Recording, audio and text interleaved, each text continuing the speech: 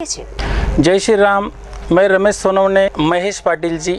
ऐसा शायद कोई संगठन में हुआ हो, इतनी कम उम्र में यानी 23-24 साल की उम्र में इतनी बड़ी जवाबदारी मिली है। वह हर चीज़ में सक्षम है और एक डायनामिक पर्सनालिटी है।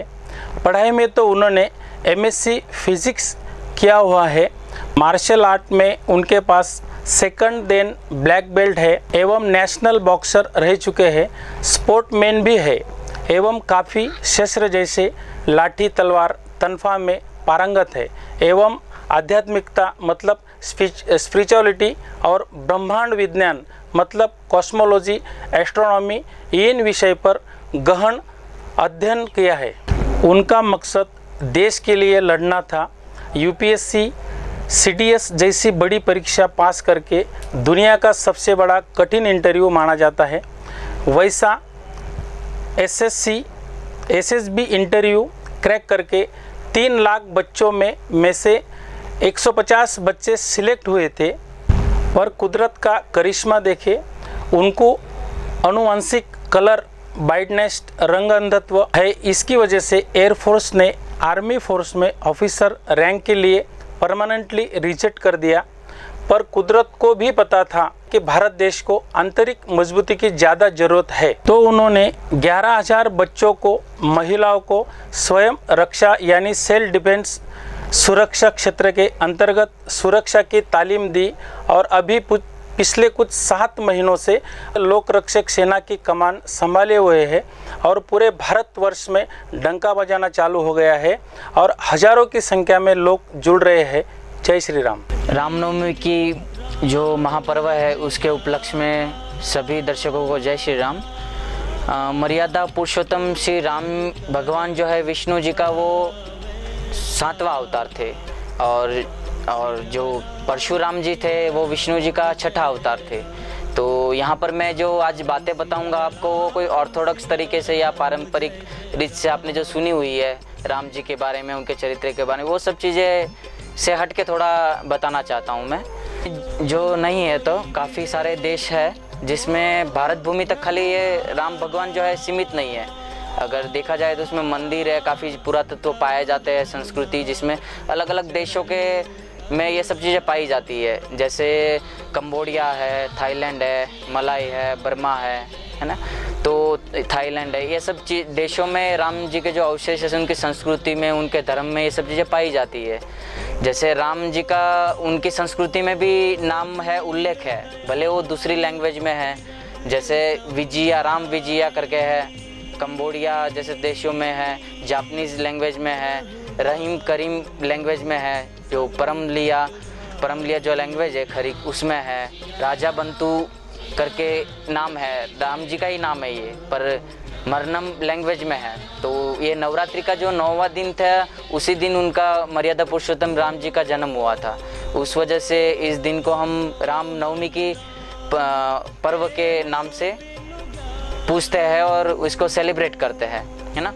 तो राम जी की थोड़ी ताकत बताने से पहले, उनकी नाम की ताकत बताने से पहले मैं है ना आपको थोड़े युगों के बारे में बताऊंगा। जो सारा हमारा जो युगों का कंसेप्ट है या हमारे जो वेदों में, शास्त्रों में लिखा है कि किस तरह से वेद का निर्माण हुआ है, वेद जो युग है उसका कैसे डिस्ट्रीब्यूशन हुआ, अलग अलग कितने युग थे और उनमें क्या पाया जाता था, क्योंकि ये इसलिए बताना ज़रूरी है। उसके बाद ही मैं आपको जो श्री राम जी की ताकत थी ना सही, पर उसका उनके नाम की ताकत मैं आपको ज़रूर समझा पाऊँगा। आज से मतलब समझ लीजिए राम जी का जन्म है वो त्रेता युग में हुआ था। जैसे 5000 BC के पहले, मतलब जैसे यीशु ख्रिस्ती जी का जन्म हुआ था बिफोर क्रिस्ट के 2000 साल, ये जो हम इंटरनेशनल कैलेंडर के हिसाब से काउंट करते हैं वो उसमें ऐड कर दे तो आज से 7000 साल मतलब 7000 साल पहले राम जी का जन्म हुआ था। और जो सबसे पुरानी संस्कृति धरती पर मानी जाती है वो है मिस्र संस्कृति। वो शायद 4000 साल पुरानी है। जो आप इजिप्ट के पिरामिड देखते हैं, मिस्र संस्कृति वो सबसे पुरानी, उसके आगे का मतलब पुराना कोई डेटा ही नहीं है कि जो हम इंसान अस्तित्व में था ऐसा। तो जो हमारे जो राम जी के जो सारे पुरावे पाए जाते हैं, जैसे अपना ब्रिज है या जो लंका के बीच में अपना राम सेतु बनाया हुआ है वो 7000 साल पुराना है, जो पुरातत्व के हिसाब से कार्बन डेटिंग करते हैं उसके हिसाब से। अब मैं जो युगों के बारे में बताना चाहता हूँ कि जैसे सतयुग जो था, जो उसमें वैसे समय में सब लोग सनातन थे, मतलब सब है ना सत्य के ऊपर चलते थे, कोई पाप नहीं था, पाप 0% थी और पुण्य की मात्रा 100% थी, मतलब पुण्य ही करते थे लोग, लोगों में सद्गुण ही थे सारे, है ना। तो उस समय में कोई इंसान के रूप में भगवान ने अवतार नहीं लिया था, पर जैसे वराह, नरसिम्हा और मत्स्य कर्मा जैसे अवतार लिए थे। और उस समय के जो मुद्रा थी वो मतलब चलन जो कहते हैं पैसे, वो रत्नमणि मतलब रत्नों से लेन देन करते थे लोग। तो बहुत ही मतलब इतना उस समय पर था ऐसा कि रत्नों से लोग लेन देन करते थे। और जैसे अगर उनकी चरित्रों की बात करें तो उस समय पे सोने का, स्वर्ण का चरित्र होता था लोगों का, है ना। उस समय के जो लोग थे उनका ऐसा चरित्र होता था। तो जैसे हम उस समय की बात करें तो उस समय में किसी में दुर्गुण था ही नहीं। उस समय पे वामन जैसे अवतारों ने जो लिया था पाप का विनाश करने के लिए अवतार लिया था और सब लोग अच्छा ही थे वहाँ पर। और जब जो चलन था और कैरेक्टर था वो स्वर्ण का, सोने का हुआ करता था।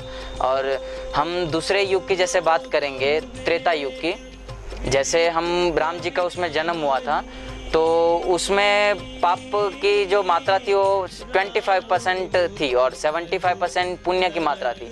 उसी में हम देखते हैं कि लोगों के अंदर उस समय के जो लोग थे, जैसे देश देश के बीच में लड़ाई हो गई थी, राम जी और रावण जी के बीच में जो लड़ाई हुई थी, तो श्रीलंका और भारत जैसे दो देश के बीच में लड़ाई हो गई थी। तो पाप 25% था, उसी हिसाब से सब लोगों में गुण दुर्गुण हुआ करते थे, है ना।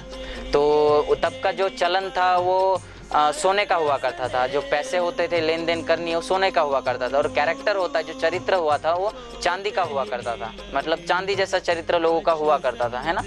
और उस समय पर दो देशों के बीच में लड़ाई हो गई थी, इतना मतलब उस समय के लोगों के अंदर दुर्गुण थे, एक तरह से कहा जाए तो इतना परसेंट में उनके अंदर जो दुर्गुण थे वो थे। तीसरा है जो द्वापर युग आता है त्रेता युग के बाद में। तो द्वापर युग में देखा जाए तो 50-50% था, लोग खराब भी उतने थे, अच्छे भी उतने थे, दुर्गुण भी उतने थे, सद्गुण भी उतने थे, है ना।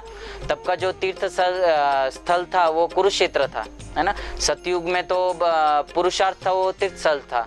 और जो ये द्वापर युग है तब हम कुरुक्षेत्र जहाँ पे महाभारत हुई थी वो हमारा पुरुषार्थ जो है वो एक स्थल हुआ, तीर्थ स्थल हुआ करता था। तो उस समय के जो लोग थे तब काफ़ी मतलब कैरेक्टर उनका जो है 50-50 समझ लीजिए आप उसको। जब चलन भी था तब तो उस समय का चलन समझ लीजिए लोगों के जो कैरेक्टर है वो ताम्र के हुआ करते थे और जो चलन हुआ करता था वो चांदी से लेन देन होती थी, सोने से हम चांदी में आए, है ना। और दो भाइयों के बीच में लड़ाई हो गई थी, मतलब परिवार के बीच में खूट आ गई थी और सत्ता के लिए कोई भी कारणवश दो परिवार और दो भाई के बीच में और घर परिवार में ही झगड़े होना चालू हो गए थे, है ना। तो वैसे समय पर जो अवतार लिए गए थे वो कृष्णा जी ने अवतार लिया था, है ना। जैसे सतयुग में लिया वैसे त्रेता युग में राम जी, परशुराम जी ने लिया, फिर द्वापर युग में इसी तरह से कृष्ण जी ने अवतार लिया, है ना। वो सीधी तरीके से नहीं लड़े, इंसानों के द्वारा युद्ध लड़ा गया, ऐसा भी कह सकते हैं आप। और तीसरा हमारा चौथा हमारा जो युग है कलंकारी युग, जिसको हम कलयुग के नाम से जानते हैं। तो इसमें पाप है जो धीरे धीरे बढ़ता ही जा रहा है, क्योंकि हम देख रहे हैं जिस तरह से हमें कुदरत भी हमें इलाज कर रही है हमारा, और जिस तरह से पाप बढ़ते, इसमें एक ही तीर्थ स्थल है गंगा, और 75% पुण्य करते हैं और 25% लोग पाप पुण्य करते हैं, 75 पाप करते हैं, ऐसा समझिए आप। और अभी के जो चलन है लेन देन है वो स्टेनलेस स्टील में या लोखंड कहा जाता है उससे होता है ना। और अभी जो चरित्र है या जो व्यक्ति का चरित्र है, निर्माण है, वो मिट्टी का बना हुआ है, कभी भी टूट जाता है ना। ऐसे ही लोग आप देखोगे कभी भी किसी का मतलब चरित्र रहा ही नहीं है, चरित्र नाम की चीज़ ही नहीं रही है, कभी भी किसी का टूट जाएगा चरित्र, क्योंकि वो मिट्टी से बना हुआ है, ऐसा कहा जाता है। और सतयुग में पाप जैसे जैसे बढ़ता जाएगा कि इसमें अवतार भी लेंगे, जो कल के अवतार थे वो सबका विनाश करने के लिए। तो इसी तरह से हम पूरा ये समझ लीजिए ना, एक तरह से कैलकुलेशन ही है पूरा, है ना। जैसे हम 0% से अब 75% पर आए हैं, तो वापस ये सब चीज़ें चलती रहती है। जैसे देश में झगड़े हुए फिर परिवार में हो गए, पर कलयुग में जो है ना वो हमारे अंदर ही रावण हो गया। हम त्रेता युग में जो रावण हो गए उनके अंदर तो एक ही दुर्गुण था, तो भी हम उनको आज तक जलाते आ रहे हैं, पर आज हर एक इंसान के अंदर रावण बस चुका है। कलयुग में का इतना दुर्गुण हो चुके हैं लोगों में कि सब दुर्गुण ही है ना। तो रावण तो हर इस इंसान के अंदर अब बसे हुआ है। हमें अब बाहर नहीं, अब अंदर के इंसान से लड़ना है, अंदर के जो रावण है उससे लड़ना है ना। देश के बीच में लड़ाई हो गई, परिवार के बीच में लड़ाई हो गया, अब अपने से बारी आई कि अपने से लड़ना है हमें, है ना। तो ये सब ताकतें हैं पुरुषोत्तम राम जी जो अवतार लिया है उन्होंने, रामनवमी जो हम मनाते हैं, तो उनकी ताकत अगर मैं छोटे वर्ड में बताऊं, जैसे कितनी इनकी नाम की ताकत है ना। जैसे पूरे देश में इस जय श्री राम का जो नारा है, स्लोगन है, उसकी वजह से पूरा देश आज संगठित हो गया है ना।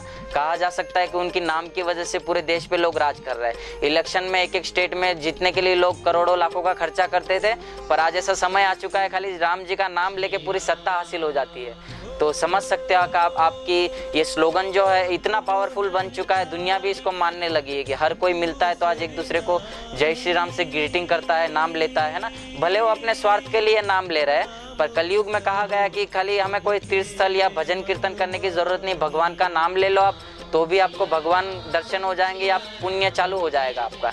भले वो अपने स्वार्थ के लिए नाम ले रहे तो भी उनको फल मिल ही रहा। आज वो लोग देश पे राज कर रहे, हो सकता है धीरे धीरे विश्व पे भी भारत राज करेगा, है ना। तो बस यही कहना चाहता हूँ, मैं तो इतना एक इंसान हूँ मामूली सा, मैं तो खाली उनके नाम की ताकत जो फील की है वो बता पा रहा हूँ, है ना। अभी पूरी उनकी ताकत तो बहुत दूर है मेरे से एक्सप्लेन करनी, पर जो भी है यहाँ पे मैं मेरा जो स्पीच है फिनिश करता हूँ।